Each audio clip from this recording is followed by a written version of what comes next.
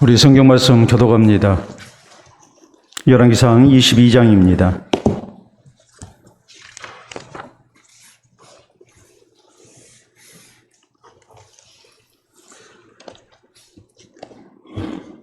열왕기상 22장 29절에서 40절 말씀 교독합니다.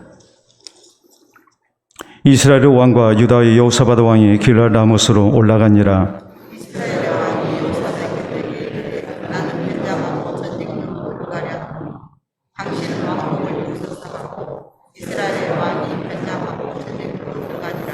아람 왕이 그의 병거의 지휘관 32명에게 명령하여 이르기를 너희는 작은 자나 큰 자와 더불어 싸우지 말고 오직 이스라엘 왕과 싸우라 한지라.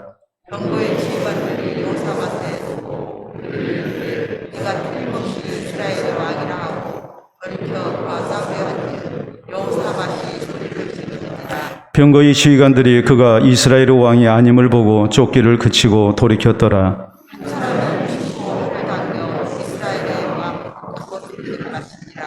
왕이 그 병거 모든 자에게 이르되 내가 무사하였으니 내 손을 돌려 내가 전쟁터에서 나가게 하라 하였으나 이날에 전쟁이 맹렬하였으므로 왕이 병거 가운데에 붙들려 서서 아람 사람을 막다가 저녁에 이르러 죽었는데 상처의 피가 흘러 병거 바닥에 고였더라.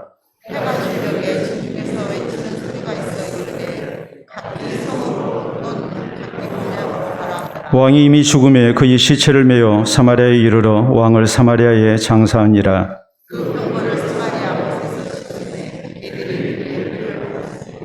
여호와께서 거기는 창기들이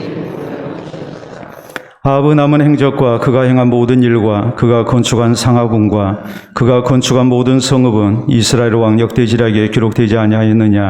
아합이 그의 조상들과 함께 자매 그의 아들 아합이라 이스라엘 왕이었으나 아멘. 기도하고 말씀 받도록 합니다. 하나님 아버지 감사합니다. 우리를 구원의 자녀 삼아주시고 또 하나님의 말씀과 기도를 통하여 더욱 거룩하여지며 또 믿음의 사람으로 세워질 수 있도록 은혜 주시니 진심으로 감사합니다. 허락하신 교회가 예수 그리스도의 터 위에 아름답게 세워진 교회가 되게 하시고 진리의 기둥과 터가 될 수 있도록 인도하여 주셔서 우리 하나님의 뜻을 세워나가는데 부족함이 없게 하시고 또 이 시대 주님 앞에 귀하게 쓰임받는 교회 되도록 도와주시옵기를 원합니다. 이 시간 우리를 교회원으로 불러주시사 또 하나님의 말씀을 통해 아름다운 신앙을 세워나갈 수 있도록 은혜 주심을 믿고 감사를 드립니다. 허락하신 말씀을 통하여 주의 음성을 듣게 하시고 우리를 향하신 또 이 시대를 향하신 우리 하나님의 뜻을 분별케 하시사 우리를 이 땅 가운데 허락하신 주의 뜻을 이루는데 아름답게 쓰임받을 수 있도록 도와주시고 오직 주님을 기쁘시게 하며 세상의 유익과 복이 되는 주의 몸된 교회가 되게 하시고 우리 한 사람 한 사람 되게 하여 주시옵소서. 예수님 이름으로 기도하옵나이다. 아멘.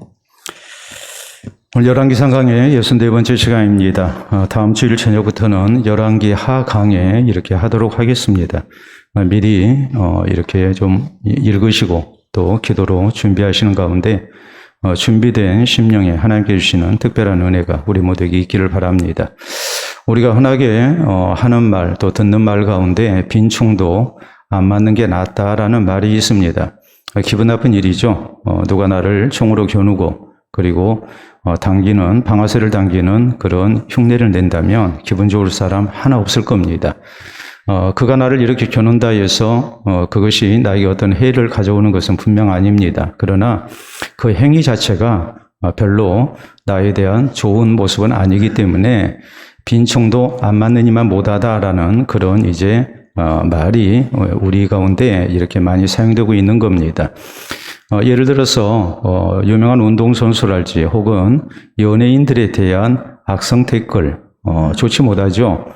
더구나 익명성을 무기로 해서 자기 마음에 안 든 사람들 이렇게 운동선수나 혹은 연예인들에 대한 악성 댓글을 달게 되면 그것이 그 사람에게는 굉장한 상처가 되죠. 그리고 결국 그것 때문에 극단적 선택을 한 그런 경우도 우리가 심심찮게 이렇게 매스컴을 통해서 접할 수가 있습니다. 그렇기 때문에 실제적으로 나에게 어떤 결과를 가져오는 건 아니지만 들어서 별로 좋지 않은 얘기, 이런 것들은 우리가 서로 조심해야 하고 또 전하지 않도록 노력을 해야 합니다. 우리는 지난 시간에 아합과 여호사밧이 남북 연합군을 구성해서 이제 북이스라엘에 그런 길랏 라못 빼앗겼던 땅을 되찾기 위한 그런 아람과의 전쟁을 이제 계획한 일에 대해서 말씀을 살폈습니다. 이 여호사밧 왕은 이 아합 왕의 제안에 대해서 이제 승낙을 합니다. 그러나 이것이 과연 하나님의 뜻인가? 하나님께서 이 일을 허락하시고 또 도와주실 것인가? 이것이 제일 중요한 문제였죠. 남과 북이 하나 되어서 힘을 합하여 이제 하나님께서 그 조상들에게 주신 길랏 라못이라는 성읍을 되찾는 것은 분명히 민족적인 그런 대승적 차원에서 이제 해야 할 일이었습니다. 그러나 문제는 하나님께서 이것을 허락하셔야 하고 또 하나님께서 도와주셔야만이 분명히 원하는 결과를 얻을 수 있기에 이 여호사밧 왕은 이 문제를 놓고 하나님의 뜻을 묻자고, 그래서 선지자들이 있느냐고 이렇게 묻습니다. 그럴 때에 거짓 선지자 400명은 하나같이 이번 전쟁에서 분명히 승리할 거라고, 이건 하나님이 허락하신 일이라고 이렇게 이제 거짓 예언을 이렇게 합니다. 400명이 동일한 예언을 했을 때에 여호사밧 왕은 이것은 하나님의 뜻이 아니라고 봤습니다. 더구나 저희는 우상을 숭배하는 이스라엘의 선지자들이기 때문에 그 말을 믿을 수가 없었습니다. 다른 선지자가 또 있습니까? 했을 때에 미가야라는 선지자가 있는데 그 사람은 길한 예언을 하는 것이 아니라 나 듣기 싫은 소리만, 흉한 예언만 하는 사람입니다 하면서 아합 왕이 미가야의 예언 듣기를 싫어합니다. 여호사밧 왕은 왕이여 그런 말 하지 마소서 하고서 미가야를 데려다가 이제 하나님의 뜻이 어디 있는지 이렇게 묻습니다. 미가야는 400명의 거짓 선지자들이 했던 예언은 하나님께서 거짓말하는 영을 보내서 저희로 하여금 거짓 예언을 하게 하신 거라 하면서 이제 이 전쟁에서 아합 왕이 하나님의 징벌 속에 죽게 될 것이라는 예언을 합니다. 굉장히 기분 나쁜 말이죠. 그래서 이 아합이 미가야를 이제 감옥에 가두고 내가 돌아와서 저를 가만두지 않겠다고 이렇게 위협을 합니다. 그리고 아합은 여호사밧과 함께 이제 전쟁터로 나갑니다. 자, 불길한 예언입니다. 듣고 싶은 소리가 아닙니다. 분명히 아합은 하나님을 경외하지 않는 사람이고 또 하나님께서 세우신 선지자의 말을 이렇게 귀담아 듣지 않은 사람입니다. 그런데 기분 나쁜 얘기를 들었습니다. 이것이 찜찜합니다. 그래서 오늘 성경 말씀에 보면 아합은 전쟁터로 나가면서 변장하고 나갔습니다. 자기가 이스라엘의 왕이 아닌 것처럼 변장하고 나갔지만 결국 그는 하나님의 징벌 속에 이렇게 전사를 하고 맙니다. 자, 오늘 이 남유다와 북이스라엘의 연합군과 이 아람과의 전쟁 사이에서 있었던, 그리고 아합 왕의 전사 이 내용을 오늘 성경 말씀이 전하고 있는데, 이 아합 왕의 전사를 통해서 이제 우리가 생각해야 할 아주 소중한 교훈들이 있습니다. 그저 아합이라는 사람이 이렇게 기분 나쁜 예언을 듣더니 변장했지만 죽어버렸다, 우리가 그렇게 한 줄로 간략하게 생각할 내용이 아닙니다. 여기 오늘 성경 말씀이 전하고 있는 내용을 보면은 아합 왕이 변장하고 전쟁터로 나갔지만 저가 이렇게 적이 쏜 화살에 의해서 중상을 입고 결국 병가 가운데서 죽고 말았다. 이 사건에 대해서 굉장히 중요한 사실을 우리에게 전하고 있는 겁니다. 단순히 이스라엘의 왕이 변장하고 전쟁터로 나갔지만 죽었다, 이렇게 한 줄로 기록될 수 있는 내용이 아니고, 오늘 성경 말씀은 이 사실을 우리에게 전하면서 굉장히 중요한 신앙적인 교훈을 우리에게 이렇게 알리고 있습니다. 그렇기 때문에 오늘 그 신앙적 교훈이 무엇인가, 우리가 이것을 생각해야 합니다. 우리는 먼저 아합 왕이 전쟁터로 나가면서 변장하고 나갔다는 것을 우리가 주목해야 합니다. 오늘 성경 시작 때는 29절 이하에 있는 말씀을 보면 이렇게 기록이 되죠. 이스라엘의 왕과 유다의 여호사밧 왕이 길랏 라못으로 올라가니라. 이스라엘의 왕이 여호사밧에게 이르되 나는 변장하고 전쟁터로 들어가려 하노니 당신은 왕복을 입으소서 하고 이스라엘의 왕이 변장하고 전쟁터로 들어가니라라고 이렇게 말씀을 합니다. 자, 지금 400명의 거짓 선지자들이 했던 말에 대해서 미가야 선지자는 그것은 하나님께서 거짓말하는 영을 넣어서 거짓 예언을 하게 하신 겁니다. 왕은 그 소리를 들으면 안 됩니다. 왕은 이번 전쟁에서 분명히 하나님의 징벌로 죽게 될 겁니다. 이렇게 미가야가 얘기를 했을 때에 이 하나님의 말씀, 이 하나님의 경고에 대해서 아방은 회개하지 않았습니다. 회개하지 않고 마음이 찝찝하니까 변장하고 나갔습니다. 이 하나님의 무서운 진노 또 경고 이것을 무시해버린 거예요. 듣기 싫은 소리라고 해서 그것을 듣지 않은 거예요. 그리고 경고를 무시하고 그는 나름대로 대비를 했어요. 그게 변장이었어요.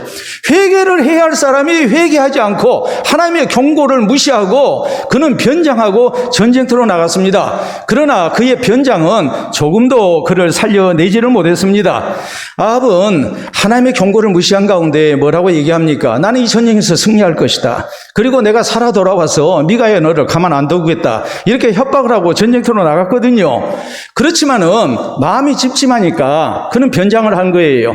그러나 그 변장은 그로 하여금 회개에서 멀어지게 했고 결국에 하나님의 진노와 심판을 피할 수 없게 만들었습니다. 여러분, 우리가 이 사실을 통해서 기억할 일이 무엇입니까? 아합왕이 이 상황에서 해야 할 참으로 하나님이 바라시는 모습은 뭐였을까요? 그건 회개였어요. 변장이 아니었어요. 그런데 아합은 변장을 한 거예요. 회개 대신에 변장을 하고 하나님의 경고를 무시했어요. 그 하나님의 경고를 무시한 대가는 너무나도 처참한 결과를 가져왔어요.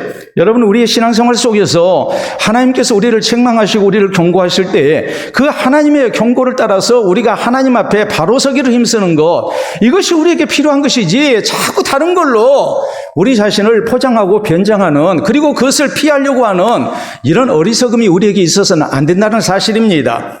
우리가 역대하 21장 13절 이하에 보면은 유다의 여호람 왕이 나옵니다. 여호람 왕은 참으로 신앙이 좋았던 여호사밧 왕의 아들이었습니다. 그의 아버지가 이렇게 자기가 죽고 난 다음에 혹시라도 왕자들 사이에 이런 왕권 쟁탈에 대한 그런 다툼이 있지 아니하도록 모든 것을 지혜롭게 했습니다. 맏아들인 여호람에게는 왕위를 줬고, 그리고 이제 동생들 또 여러 성읍을 주고 또 재산을 줘서 이렇게 서로 다툼이 없도록 이렇게 했습니다. 그런데 여호람이 왕위에 오르고 난 다음에 우상을 숭배합니다. 뿐만 아니라 자기보다 착한 아우들을 다 살해해서 혹시라도 이제 이 동생들이 자기의 왕위를 이어받는 세력이 되지 못하도록 이렇게 미연에 막았습니다. 그런데 이것은 정말 잘못된 일이었죠. 하나님께서 선지자를 시켜서 저에게 경고하십니다. 자, 전쟁이 일어나서 이제 네가 전쟁에 피하게 될 것이고 내 아내와 네 아들들과 그리고 내 재물들을 적들이 다 노래하게 갈 것이다. 하나님께서 이렇게 경고를 하셨습니다. 그런데 그 하나님의 경고를 듣지를 않습니다. 더구나 선지자가 아주 무서운 경고를 했습니다. 당신은 창자에 중병이 들려서 탈장으로 죽게 될 것입니다. 얼마나 무서운 경고입니까? 그런데 여호람이 이 경고를 무시합니다. 자, 전쟁이 일어났습니다. 왕궁의 재물들 다 노략질 당했고, 그리고 그의 아내 또 자식들 다 이렇게 포로로 끌려갔습니다. 그래도 회개를 하지 않습니다. 지금 선지자를 통해서 하나님이 주신 경고가 그대로 지금 성취가 되고 있단 말이에요. 이거 지금 큰일 났어요. 더 이상 그가 이렇게 하나님의 말씀에 귀를 막아서는 안 돼요. 그런데 이 여호람 왕은 어떤 행동을 취합니까? 조금도 회개하지 않습니다. 그리고 하나님 앞에 여전히 그는 악한 모습으로 대항합니다. 자, 다음 선지자가 이 여호람 왕에게 내린 하나님의 징벌은 뭐였습니까? 창자에 중병이 들 거라는 거였거든요. 그리고 탈장으로 인해서 죽게 될 거라는 거였어요. 정말 창자에 병이 들었어요. 그러면 그때라도 회개를 해야 해요. 근데 그는 회개하지 아니에요. 그러다가 2년 후에 정말 탈장이 돼가지고 그는 죽고 맙니다. 그리고 성경은 여호람의 죽음에 대해서 뭐라고 기록하느냐? 여호람은 아끼는 사람이 없이 죽었다. 그리고 백성들은 저를 열왕의 묘실에, 왕들의 묘실에 장사 지내지 아니했다라고 말합니다. 그건 왕도 아니라는 말이에요. 여러분, 하나님의 경고를 무시한 것이 얼마나 무서운가 우리는 예수님의 제자들을 통해서도 잘 알 수 있습니다. 우리 예수님께서 십자가 지시기 전날 밤 제자들에게 말씀하시죠. 너희들이 뭐 나와 함께 오게도 가고 죽는 데도 가겠다고 장담한다마는 오늘 저녁에 내가 원수들에게 잡힐 때 너희들이 다 나를 부인하고 도망가게 될 것이다. 저희는 절대 그런 일 없을 거라고 그럽니다. 예수님은 십자가 지실 일을 두고 기도하십니다. 그리고 제자들에게 말씀하십니다. 시험에 들지 않게 깨어있어 기도하라. 그런데 기도 안 합니다. 그 결과가 무엇입니까? 예수님이 경고해도 그 경고를 듣지 아니해요. 그리고 무서운 시험이 있을 것임에도 불구하고 저희는 조금도 대비하지 아니해요. 그러다 보니까 결국에 지난 3년 동안 예수님을 따라다녔던 그 신앙이 한순간에 무너지는 아픈 경험을 하게 됩니다. 얼마나 우리가 하나님의 경고를 무시할 때 그 결과가 원치 아니하는 참으로 최악의 상태로 나타나는가 하는 것을 저희는 뼈저리게 경험을 합니다. 여러분, 우리가 이제 그런 기후에 대한 예보를 많이 듣습니다. 지구가 날로 뜨거워지고 있다. 지구 온난화에 대한 경고죠. 기상학자들이 여기에 대해서 이제 많은 경고를 합니다. 지구가 예전보다도 더 뜨거워졌고, 올 여름도 예년보다 훨씬 더울 거라는 그런 얘기가 나오고 있고, 또 미국은 이제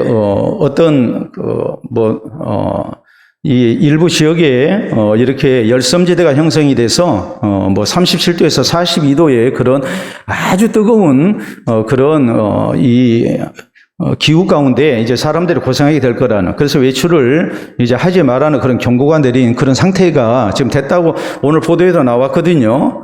여러분, 지구 온난화에 대한 경고 우리가 많이 듣습니다. 그런데 우리가 여기에 대해서 어떤 대비를 하지 않고 심각성을 깨닫지는 못합니다. 그러나 기상학자들의 얘기는 자기들의 몸값을 올리기 위해서 그냥 해본 소리가 아니라는 것을 우리는 과학적 근거를 통해서 알 수 있습니다. 자, 여러분, 사진을 보시게 되면 저 사진은 1978년 바로 북극 빙하에 대한 그런 이제 사진입니다. 1978년에 북극 빙하가 저 정도였어요. 그런데 그로부터 26년이 지나서 이제 다음 사진을 보시게 되면 2004년에 북극 빙하가 저렇게 줄어들었어요. 이 말은 무엇을 얘기합니까? 지구가 온난화돼서 이제 굉장히 이렇게 북극에 그런 빙하가 녹고 있다는 분명한 증거거든요. 그 다음 사진을 보시게 되면 이제 또 2006년과 2080년에 북극이 이렇게 변할 것이라고 얘기를 해요. 여러분, 하얀 부분이 북극 빙하지대예요. 그런데 2080년이 되면 저 빙하가 저렇게 줄어들어요. 우리는 이런 생각을 하죠. 빙하가 줄어드는 것이 우리와 무슨 상관이 있는가? 이런 생각을 하는데, 여러분, 이 빙하가 2080년에 완전 소멸하게 되면 해수면이 얼마나 상승하게 되느냐? 바닷물이 57m가 상승합니다. 그러면 우리나라도 굉장히 많은 그런 이제 지역이 바닷물에 침수되고 말아요. 지구를 놓고 볼 때에 지구의 상당한 부분이 침수가 돼요. 여러분, 57m 해수면이 올라간다고 생각을 해보세요. 그러면은 굉장한 재앙이 될 것임이 틀림이 없습니다. 빙하가 녹게 되면은 북극에 사는 이 곰이 이제 먹이 사냥을 하지 못하고 고생한다. 이런 얘기를 우리가 TV를 통해서 많이 보죠. 그런데 곰만 고생하는 게 아니에요. 우리 사람도 생존의 문제가 이제 직결이 돼서 굉장히 곤란하게 됩니다. 여러분, 다음 사진을 여러분 보시게 되면 왼쪽에 있는 사진은 알프스산입니다. 알프스의 몽블랑이에요. 몽블랑, 프랑스 말로 이제 흰산, 우리로 말하면 백두산이라는 말이에요. 항상 산으로 덮여 있다는 말이거든요. 근데 저 몽블랑이 높이가 얼마냐? 자, 백두산이 2744m인데 몽블랑은 4810m입니다. 굉장히 높은 산입니다. 그래서 만년설로 뒤덮여 있습니다. 그런데 왼쪽에 있는 저 몽블랑 사진인 우리가 저것을 보고 또 아래에는 뭐가 있습니까? 조그만 호수가 생겼습니다. 여러분, 몽블랑에 눈이 녹아서 저렇게 호수가 생길 정도가 됐어요. 굉장히 심각한 문제죠. 만년설로 뒤덮인 몽블랑이 그 눈이 녹아서 저렇게 호수가 생길 정도라면 지구가 얼마나 이렇게 온난화가 되어 있는가 하는 것을 우리가 분명하게 증거로 볼 수 있거든요. 그래서 이렇게 얘기를 해요. 지금 우리가 대비하지 아니하면 우리의 생존이 위험하다라고 말합니다.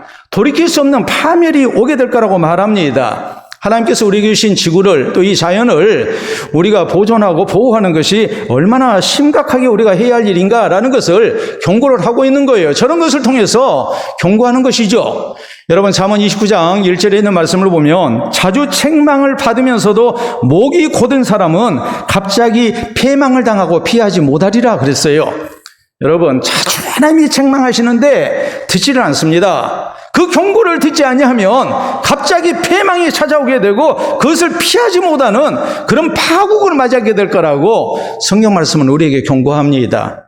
소위 말해서 세기의 경이기식, 혹은 개구리 낯짝에 물 붓기시기에 아무리 말을 해도 도무지 뉘우치지 아니하고 회개하지 아니하고 자꾸 아합처럼 변장만 하고 피하려고 하는 이런 어리석은 모습이 우리에게 있어서는 안 된다는 말이에요. 아합은 하나님의 경고를 들었습니다. 그 경고를 듣고 그는 회개하지 않았습니다. 회개하지 않을 뿐만이 아니라 회개할 사람이 변장하고 피하려고 합니다. 아합만 그럽니까? 우리도 그럴 때가 많죠. 우리가 회개를 해야 하는데 책망 앞에 하나님의 경고 앞에 회개해야 함에도 불구하고 우리는 회개하는 대신에 그때만을 피하고자 하는 이런 잘못된 변장술에 능한 모습으로 우리가 신앙생활을 하고 있다는 것을 우리는 부인 못합니다. 그렇기 때문에 근본적으로 우리가 사는 길은 어디에 있는가? 하나님의 경고를 들었을 때에 변장하는 모습이 아니라 우리가 회개하는 모습에 있다는 것을 기억을 하고 하나님의 책망과 하나님의 경고의 말씀을 우리가 두렵게 받아들이고 우리의 신앙을 바로 하기를 힘쓰는 그런 우리 모두가 되어야 합니다. 두 번째 우리가 생각해야 할 것은 아합이 전쟁터에서 죽습니다. 전쟁터에서 죽는데 어떻게 해서 죽었는가? 성경은 아합이 변장을 했음에도 불구하고 한 병사가 무심코 쏜 화살을 맞고 죽었다라고 이렇게 말씀을 합니다. 자, 이어지는 말씀 우리가 보도록 합니다. 31절 이하에 있는 말씀이죠. 아람 왕이 그의 병거의 지휘관 32명에게 명령하여 이르기를 너희는 작은 자나 큰 자와 더불어 싸우지 말고 오직 이스라엘 왕과 싸우라 한지라. 병거의 지휘관들이 여호사밧을 보고 그들이 이르되 이가 틀림없이 이스라엘의 왕이라 하고 돌이켜 그와 싸우려 한즉 여호사밧이 소리를 지르는지라. 병거의 지휘관들이 그가 이스라엘의 왕이 아님을 보고 쫓기를 그치고 돌이켰더라. 자, 이 대목은 분명히 전쟁에는 지휘관이 있기 마련이죠. 자, 왕이 직접 출정을 했습니다. 그래서 여호사밧은 왕복을 입고 그리고 왕이 타는 병거를 타고 그리고 이제 전쟁터로 나갔습니다. 반면에 아합 왕은 변장을 했습니다. 자기가 왕 아닌 척 했습니다.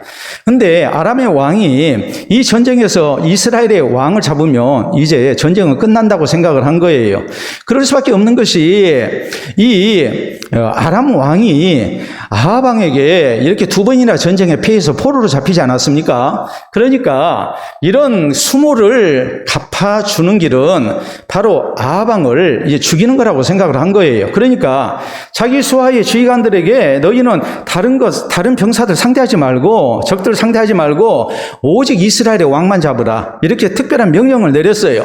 그러니까 이 32명의 지휘관들이 이제 북이스라엘의 아합 왕을 잡기 위해서 이렇게 눈에 불을 켜고 이제 전쟁터를 이렇게 돌아다니면서 찾는 겁니다. 그러다가 왕복을 입은 지휘관 그가 탄 병거를 만났습니다. 분명히 북이스라엘의 왕이라고 생각했습니다. 근데 그는 남유다의 여호사밧 왕이었습니다. 여호사밧 왕이 소리를 지르죠. 뭐라고 소리를 질렀을까요? 나 아니야. 난 아합이 아니야. 하면서 분명히 소리를 질렀을 거예요. 혹은 하나님을 향해서 오 주여 하면서 하나님 도와주십시오라고 이렇게 외치고 했을 거예요. 근데 이 32명의 지휘관들이 이 여호사밧 왕이 소리 지르는 것을 보고 그가 아합 왕이 아니라는 것을 알았어요. 그리고 그를 더 이상 추격하지 않고 살려줬어요. 그래서 여호사밧은 기적적으로 목숨을 건진 거예요. 자, 아합 왕은 자기의 변장이 성공한 듯 했습니다. 그런데 이어지는 말씀은 이렇게 기록을 하죠. 자, 거기 34절 이하에는 말씀을 보면 한 사람이 무심코 활을 당겨 이스라엘 왕의 갑옷 솔기를 마친지라. 왕이 그 병거 모는 자에게 이르되 내가 부상하였으니 내 손을 돌려 내가 전쟁터에서 나가게 하라 하였으나 이날의 전쟁이 맹렬하였으므로 왕이 병거 가운데 붙들려 서서 아람 사람을 막다가 저녁에 이르러 죽었는데 상처의 피가 흘러 병거 바닥에 고였더라. 해가 질녘에 진중에서 외치는 소리가 있어 이르되 각기 성읍으로 또는 각기 본향으로 가라 하더라 라고 이렇게 말씀이 이제 전쟁의 그 전개된 모습을 우리에게 전합니다. 자, 여기서 하나 생각해야 할 일이 있어요. 그 뭐냐면 한 병사가 꼭 아합 왕을 죽이기 위해서 쏜 화살은 아니었지만 무심코 화살을 당겼습니다. 근데 그 화살이 날아가더니 누구를 맞췄냐면 아합 왕을 맞힌 거예요. 여러분, 32명의 지휘관이 왕의 명령을 받들어서 북이스라엘 왕을 잡기 위해서 눈에 불을 켜고 이렇게 찾아다녔습니다. 근데 실패했습니다. 아합의 목숨은 변장으로 인해서 사는 것 같았습니다. 그런데 한 아람 병사가 무심코 활을 쐈는데 그 화살이 날아가서 아합 왕을 맞춘 거예요. 아방을 마쳤다고 그랬는데 여기서 우리가 한 가지 생각해야 할 것은 갑옷 솔기를 마쳤다 그랬어요. 자, 갑옷은 윗부분과 아랫부분이 있습니다. 윗부분은 가슴과 또 내장을 보호하기 위해서 고정형입니다. 단단하게 돼 있죠. 그런데 이 아랫부분은 움직여야 하니까 이제 아무래도 좀 헐거울 수밖에 없어요. 근데 위쪽에 있는 가슴 부분을 보호하는 갑옷과 아래에 입는 갑옷의 연결 부위가 바로 갑옷 솔기예요. 근데 거기에 화살이 맞은 거예요. 그래서 아합이 중상을 입었어요. 그리고 전쟁에 맹렬했기 때문에 병거를 타고 빠져나가지를 못했어요. 적들이 몰려들어요. 그러니까 거기서 길을 쓰고 싸우다가 그는 결국 이렇게 죽을 수밖에 없었고 과다출혈로 이제 죽게 됩니다. 그래서 병거에 바닥에 피가 고일 정도였다. 얼마나 피를 많이 흘렸던지 피가 고이고 그 피가 굳어버린 겁니다. 그래서 아합은 죽은 겁니다. 여러분, 하나님께서 이 아합을 죽이시는데 하나님께서는 우연을 가장한 필연을 통해서 저를 죽이셨어요. 분명히 아람 병사는 아무 생각 없이 화살을 쐈어요. 무심코 쐈어요. 그런데 그 화살이 날아가서 아합을 맞췄고 아합의 최고의 약점인 갑옷 솔기에 그 화살이 이제 박힌 거예요. 뿐만 아니라 아합은 병거를 타고 움직이는 상황이거든요. 여러분, 움직이는 관역을 맞춘다는 것이 얼마나 힘이 듭니까? 그런데 맞추려고 해서 맞춘 게 아니에요. 그냥 무심코 쐈는데 이게 날아가서 맞춰버렸단 말이에요. 그래서 죽었어요.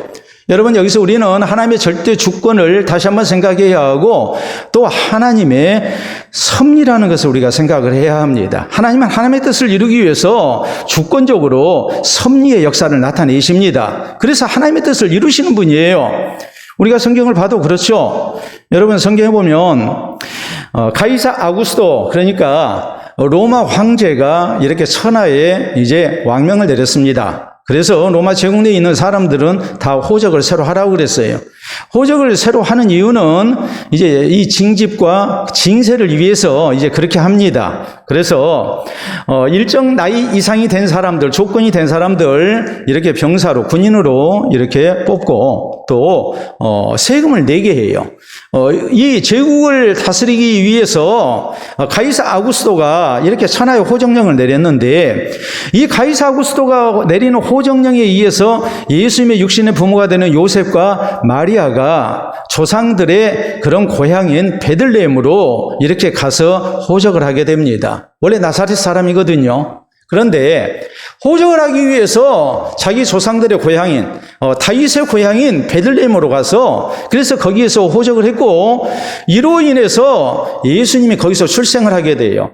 여러분, 예수님은 우리가 미가서에 보면 예수님은 베들레헴에서 탄생하실 거라고 예언이 됩니다. 자, 분명히 요셉과 마리아가 성경의 예언을 성취하기 위해서 베들레헴에 가서 출산한 거 아니에요.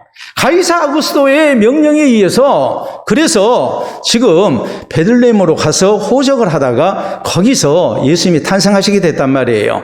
이것이 무엇을 의미합니까? 하나님께서 하나님의 뜻을 이루기 위해서 하나님의 섭리를 나타내셨다는 것을 우리가 알 수 있죠. 자, 고린도 사도행전 18장에 보면은 아울라와 브리스라 부부가 나옵니다.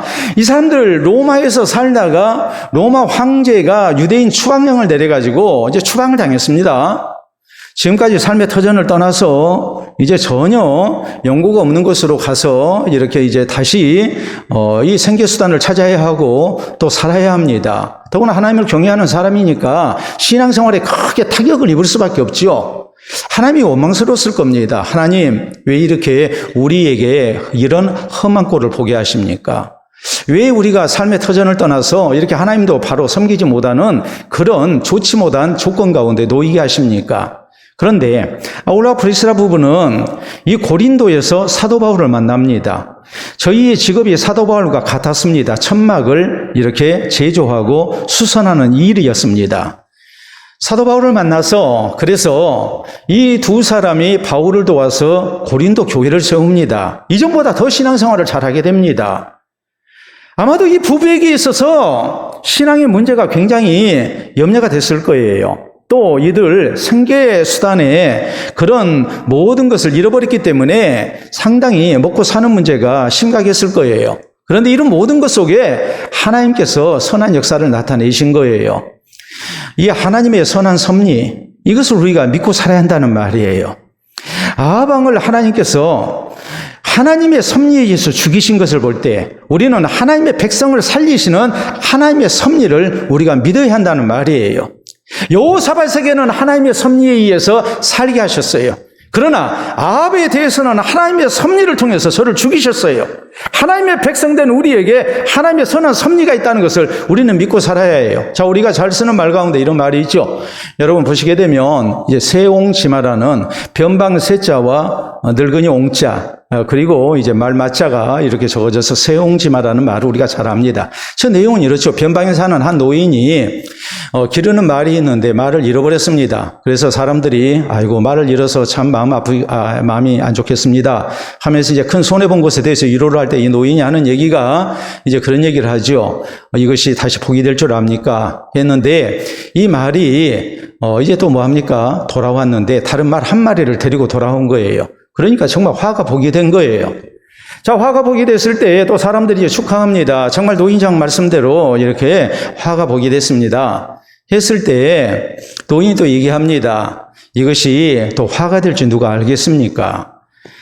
그의 아들이 이 말을 타다가 말에서 떨어져서 다리가 부러졌습니다. 정말 화가 되고 만 거예요. 그래서 또 사람들이 위로합니다. 이 노인장 또 이런 말을 합니다. 아닙니다. 이 화가 복이 될 수도 있습니다. 얼마 후에 전쟁이 일어났습니다. 그래서 마을의 젊은이들이 다 징집이 됐습니다. 징집된 병사들은 다 죽었습니다. 근데 이 노인장의 아들은 징집을 면합니다. 왜냐하면 다리가 부러져서 저렇기 때문입니다. 여기서 나온 말이 세옹지마예요. 그래서 인생사 세옹지마라는 말이 나왔어요. 우리 인생이라는 것은 세옹지마와 같다. 화가 복이 되기도 하고 복이 화가 되기도 한다. 사람 일은 어느 누구도 장래일을 알 수가 없는 것이다. 이것이 바로 인생사 세옹지마라는 말이거든요. 그래서 우스갯말로 이런 얘기가 있죠. 자, 기독교 계통의 한 고등학교에서 이제 한문 선생님이 이렇게 고사성어를 가르칩니다. 그러면서 세옹지마 여기에 대해서 이제 가르치기 위해서 이렇게 이제 설명을 합니다. 자, 암소를 길렀는데 암소가 나갔다. 그런데 이 암소가 얼마 후에 돌아왔는데 새끼 2마리를 베고 돌아와서 송아지 2마리를 낳았다. 이것을 사자성어로 뭐라고 하느냐? 뭡니까? 세옹지마죠? 그렇죠? 세옹지마가 맞잖아요? 또 한 학생이 대답합니다. 전화위복. 전화위복이죠. 화가 복이 됐습니다. 전화위복이에요. 근데 또 한 학생이 이렇게 얘기합니다. 범사감사 그랬습니다. 우리가 범사에 감사해야죠. 하나님을 섬기는 사람들이니까. 그러자 한 학생이 이런 대답을 합니다. 예상적중. 예상적중이잖아요. 하나님께서 하시는 일은 하나님을 경외하고 하나님 의지하는 사람에게는 항상 하나님께서 선한 결과를 보장하신다는 말이에요. 여러분 로마서 8장 28절은 우리에게 말씀합니다. 우리가 알거니와 하나님을 사랑하는 자, 곧 그 뜻대로 부르심을 입은 자들에게는 모든 것이 합력하여 선을 이루느니라. 여러분 우리가 알거니와 그랬어요. 우리가 경험해서 잘 안다는 말이에요. 하나님을 사랑하는 자, 곧 그 뜻대로 부르심을 입은 자들에게는 모든 것이 합력하여 선을 이루느니라. 모든 것은 굳은 일, 좋지 아니한 일, 내게 없었으면 좋을 일, 내게 손해되는 일, 이 모든 것을 다 포함하는 말이에요. 여러분, 하나님께서 우연을 가장한 필연 속에 여호사밧은 살리십니다. 하나님을 경외하는 사람은 살리셨습니다. 그러나 하나님의 경고를 무시하고 변장 속에서 자기를 지키려고 했던 아합 왕은 우연을 가장한 필연을 통해서 저를 죽이셨습니다. 이걸 우리가 생각하면서 하나님의 백성에게, 신앙으로 살고자 하는 백성에게는 하나님께서 우연을 가장한 필연 속에 분명히 그 백성을 붙드시고 또한 선한 결과를 주심을 우리가 믿고, 이 하나님의 주권적 섭리, 참으로 좋으신 하나님을 우리가 신뢰하고 믿음 가운데 살고자 하는 성도들이 되어야 됩니다.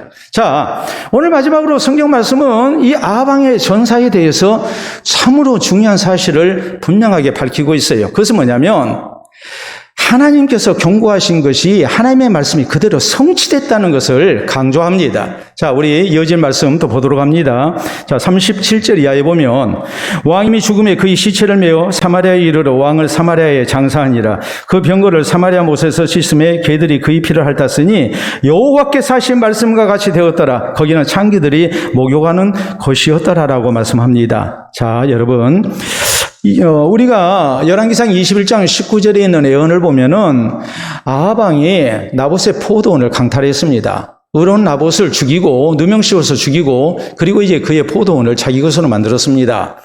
여기에 대해서 하나님께서 엘리야 선지자를 통해서 경고를 하시죠. 네가 나봇의 피를 이렇게 흘리게 했는데 내가 너를 죽일 것이다. 그러면서 뭐라고 말씀을 했냐면 개들이 나봇의 피를 핥은 곳에서 개들이 내 피, 곧 내 몸의 피도 핥으리라 그랬어요. 근데 그대로 영원히 성취되고 있는 거예요. 하나도 틀리지 않게 지금 성취되고 있는 거예요. 39절로 40절에 보면 아합의 남은 행적과 그가 행한 모든 일과 그가 건축한 상하궁과 그가 건축한 모든 성읍은 이스라엘 왕 역대지략에 기록되지 아니하였느냐. 아합이 그의 조상들과 함께 잠이 그의 아들 아하샤가 대신하여 왕이 되니라. 지금까지 하나님을 대항하는 가운데 자기 하고 싶은 일 다 하고 산 사람이에요. 그런데 마지막 비참해요. 하나님의 경고 무시하더니 하나님께서 저를 죽이시고 하나님이 경고하신 말씀대로 모든 것이 다 그대로 이루어지고 있는 거예요. 여러분, 이런 말씀을 우리가 대할 때 우리가 분명히 우리의 마음에 새겨야 할 중요한 교훈이 무엇이겠습니까? 하나님의 말씀이 얼마나 신실한 말씀인가를 우리는 믿어야 해요. 아합은 그런 생각이 있을 거예요. 그저 단순히 협박이라고 생각했겠죠. 무시해도 된다고 생각했겠죠. 개들이 나봇의 피를 핥은 곳에서 내가 피를 흘리고 개들이 내 피를 핥은다? 그건 있을 수 없는 일이라고 생각했어요. 그런데 그대로 되고 말았어요. 하나님의 말씀이 틀림없다는 것이 그대로 입증이 되고 만 겁니다. 여러분, 하나님을 경외하고 하나님의 뜻 가운데 살고자 하는 우리 성도에게 필요한 신앙의 자세가 무엇이겠습니까? 그건 하나님의 말씀의 신실성을 믿는 거예요. 하나님의 말씀은 틀림없다는 것을 믿고 사는 거예요. 여러분, 민수기 23장 19절에 있는 말씀이 뭐라고 우리에게 강조합니까? 하나님은 사람이 아니시니 거짓말하지 아니하시고 인생이 아니시니 후회하심이 없으시도다. 어찌 그 말한 바를 실행하지 아니하시고 또 말씀하신 바를 행하지 아니하시겠느냐라고 성경은 말씀하시거든요. 하나님은 말씀하신 대로 그대로 다 성취하시는 분이라는 말이에요. 우리가 시편 105편 거기 7절 이하에 있는 말씀 보면 8절 9절까지 그런 말씀이 나옵니다. 자, 요셉이 노예로 팔려가서 굉장한 고생을 하죠. 감옥에 갇히고 그러죠. 근데 요셉이 거기에서 꼭 인내를 합니다. 그가 인내했던 이유, 거기에 대해서 성경은 이렇게 말씀합니다. 하나님의 말씀이 응할 때까지 그가 고생을 했다. 고난을 당했다. 그러면서 하나님의 말씀이 그를 단련했다라고 말씀합니다. 여러분, 요셉이 감옥에 갇혔어요. 억울한 일을 당했어요. 노예로 팔려가고 누명 쏘고 감옥살이하고 했을 때 요셉은 하나님 원망하지 아니해요. 왜 원망하지 아니합니까? 하나님이 내게 주신 약속을 그는 믿었어요. 하나님이 주신 약속과는 반대되는 방향으로 나가고 있어요. 종교한 자가 될 거라고 했는데 종교한 자가 되기는커녕 뭐합니까? 오히려 노예로 팔려갑니다. 일이 풀리는 게 아니라 오히려 누명 쏘고 감옥살이 합니다. 어떻게 견뎌냅니까? 그런데 요셉은 하나님의 말씀이 분명히 내게 응하실 때가 있다. 그것을 믿고 인내한 겁니다. 하나님의 말씀이 그를 단련했다고 성경은 말씀해요. 그래서 그는 신앙을 지켰어요. 그리고 정말 하나님의 약속대로 그는 존귀한 자가 돼요. 다윗도 그랬어요. 다윗도 장차 이스라엘의 왕이 될 거라는 하나님의 약속을 받습니다. 그러나 그가 마주했던 현실은 너무나도 힘들었습니다. 현 왕인 사울 왕의 경쟁자로 낙인이 찍혀서 그는 생명의 위협을 당하고 도망 다녀야 합니다. 자, 사울 왕을 죽일 수 있는 기회가 왔습니다. 사울 왕 죽이면 그가 왕이 됩니다. 민심 얻었습니다. 하나님의 약속입니다. 그러나 그는 사울 왕을 죽이지 않습니다. 그냥 살려줬습니다. 두 번째도 살려줍니다. 옆에서 부하 아비새가 얘기하죠. 이건 하나님이 주신 기회입니다. 저번에 하나님이 죽이라고 기회를 주셨는데 주군께서 살려줬기 때문에 하나님이 다시 기회를 주신 겁니다. 그런 내용의 말을 하면서 자기에게 명령을 내려주시면 두 번 찌를 것도 없이 한 번 찔러서 그냥 단번에 죽일 거라고 얘기합니다. 그런데 못하게 말리죠. 다윗이 말린 이유는 뭡니까? 여호와께서 기름 부어 세우시는 왕을 해야 하는 것이 하나님의 뜻이 아니기 때문이라고 그랬어요. 또 하나 다윗은 왜 안 죽였겠습니까? 하나님의 약속을 믿었기 때문이에요. 하나님이 분명히 나를 이스라엘의 왕이 되게 하실 것이다. 내가 사울 왕을 죽이지 아니해도 하나님께서 저에게 죽음을 내리시든지 혹은 전쟁터에서 죽게 하실 것이다. 혹 죽을 날이 이르거나 전쟁터에서 죽을 것이다. 다윗은 그렇게 믿었어요. 신실하신 하나님의 약속을 믿은 거예요. 여러분, 이 하나님의 약속을 우리가 믿게 될 때에 우리는 주의 말씀대로 살 수 있는 것이고 또 힘들고 어려운 형편 속에서도 우리는 환경 탓하지 아니하고 우리는 오직 하나님의 말씀에 순종하면서 사는 복된 성도가 될 수 있음을 기억해야 합니다. 로버트 스티븐슨이 쓴 보물섬이라는 유명한 소설이 있습니다. 어린 시절 때에 다 한 번쯤은 읽어봤을 그런 소설이죠. 해양소설과 모험소설의 고전이 되는 아주 유명한 소설입니다. 거기 있는 내용은 이렇습니다. 여인숙 아들인 짐 호킨스가 자기 집에 투숙한 해적을 이렇게 이제 보게 됐는데 이 해적이 죽고 난 다음에 그의 유품을 뒤지다가 해적 선장이 보물을 숨겨둔 섬이 표시된 지도를 발견합니다. 그리고 믿습니다. 저 해적이 가지고 있는 지도는 분명히 해적들이 그동안 약탈해가지고 얻은 보물을 숨겨둔 섬을 표시한 지도다.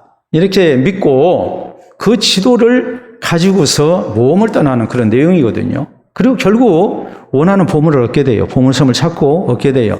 이게 지금 해양소설이면서 모험소설이거든요. 여러분, 지도 하나를 보고 모험을 한 거예요. 자기 인생을 건 거예요. 우리가 단순히 소설이라고 생각해서는 안 됩니다. 우리는 하나님의 말씀에 우리 인생을 거는 사람들이에요. 우리의 내세까지 거는 사람들이에요. 우리가 그렇게 믿고 살아야 해요. 그저 단순히 어떤 한 사건만을 위해서 우리의 신앙이 존재하는 건 아니에요. 성경 고린도서 1장 20절에 이렇게 말씀합니다.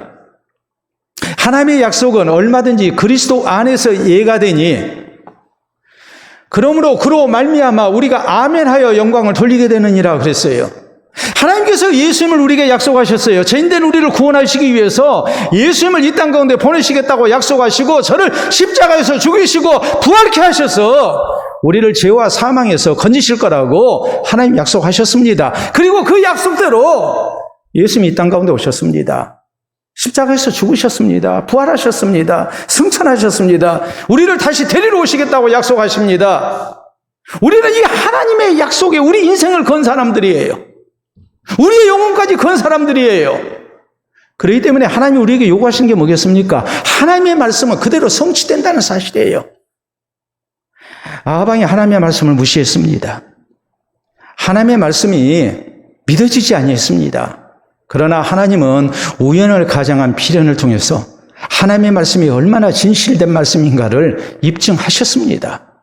오늘 우리가 아합의 전사를 통해서 우리는 전쟁터에서 한 왕이 재수없게 죽었다고 생각해서는 안 됩니다.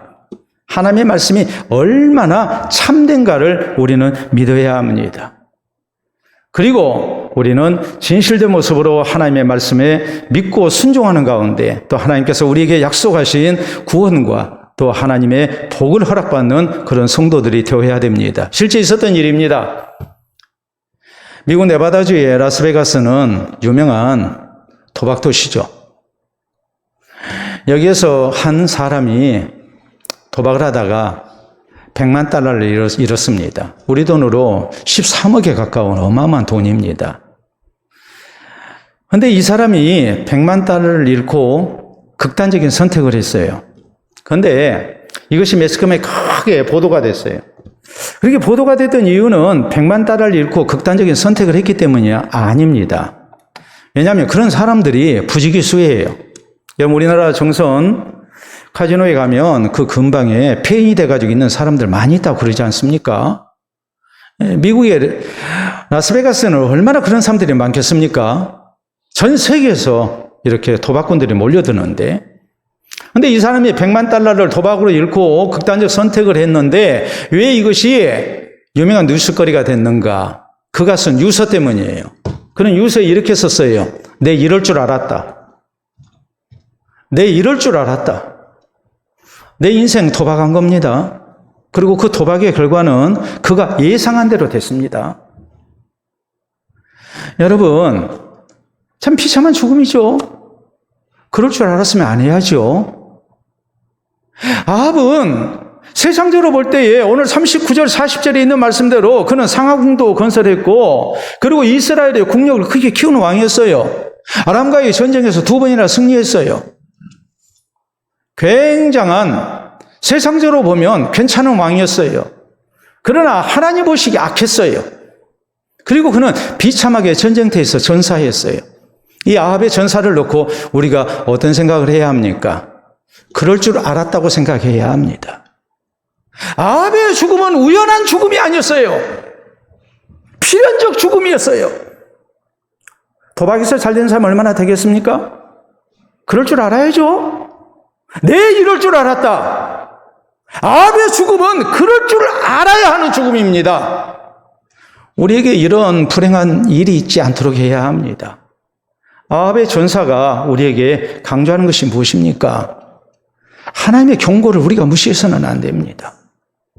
하나님의 경고 앞에 우리가 회개하고 신앙생활 바로 해야지 자꾸 변장으로 넘어가려고 해서는 안 됩니다.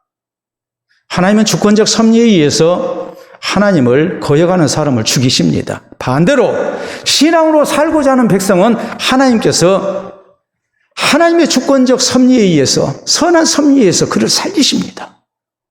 또 우리가 기억해야 합니다.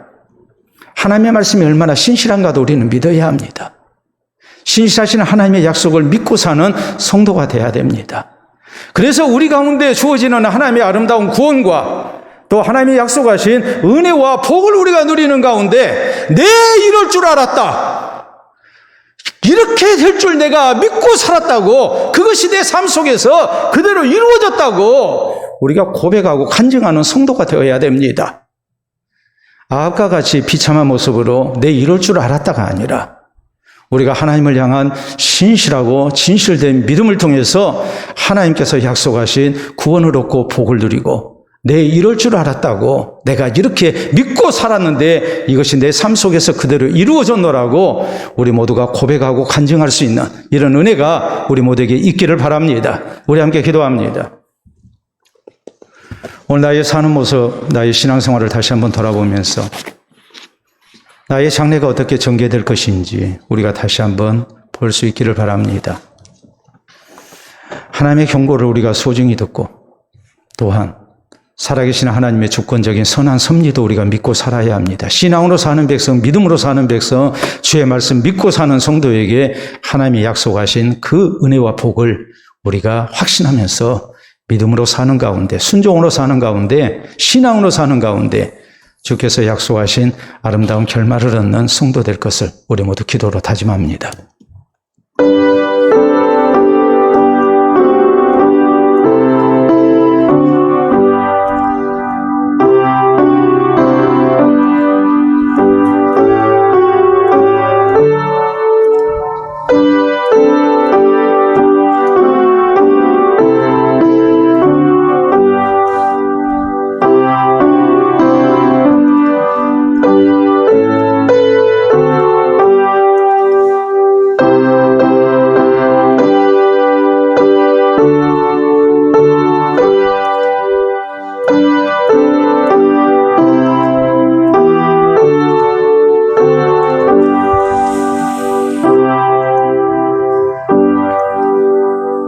이 시간도 살아계셔서 우리의 생명구주가 되시고 우리의 선한 목자가 되신 아버지 은혜를 진심으로 감사합니다. 허락하신 말씀을 통하여 우리가 신앙생활에 다시 한번 새로움이 있게 하시고 또한 소망과 확신 가운데 우리가 믿음으로 살 것을 다짐토록 해주시니 참으로 감사합니다. 살아계신 주께서 우리의 모든 삶을 주장하시고 말씀을 통하여 우리를 책망하시며 또 우리에게 경고하시고 또한 말씀을 통하여 약속하시며 또 이 말씀을 믿고 사는 성도에게 하나님께서 아름다운 결말을 약속해 주신 것을 진심으로 감사합니다. 이제 주의 말씀을 통하여서 우리가 날로 날로 성숙된 믿음 갖게 하시고 하나님께서 기뻐하시는 바른 신앙생활을 할 수 있도록 인도해 주시옵소서. 믿음으로 사는 백성과 함께 하시고 합력하여 선한 역사를 이루시는 주님을 신뢰하며 우리가 모든 것 가운데 믿음의 길에서 떠나지 않기를 원합니다. 하나님의 신실하신 약속의 말씀을 붙들고 우리가 순종하며 믿음으로 나아가기를 원합니다. 그래서 주의 사랑하는 성도들과 같이 하시고 저희 앞길을 선한 길로 인도하시며 또 하나님의 약속하신 구원과 복에 이르게 하실 주님을 찬양하며 우리가 살아가기를 원합니다. 오늘 또 주신 말씀을 통하여 더욱 우리의 믿음이 강화되게 하시고 우리가 더욱 열심히 있는 모습으로 주를 찾게 하시고 더욱더 하나님 앞에 어려운 중에도 순종하며 오직 믿음으로 사는 우리 성도들이 될 수 있도록 인도해 주시옵소서. 그래서 우리에게 약속하신 아름다운 장래가 우리의 삶 속에 현실로 나타나게 하시고 이를 통하여 참으로 좋으신 하나님을 증거하며 또 많은 이들에게 살아계신 하나님 경외하고 믿음으로 사는 복이 얼마나 소중한가를 널리 증거할 수 있도록 역사하여 주시옵소서. 감사하오며 예수님 이름으로 기도하옵나이다. 아멘.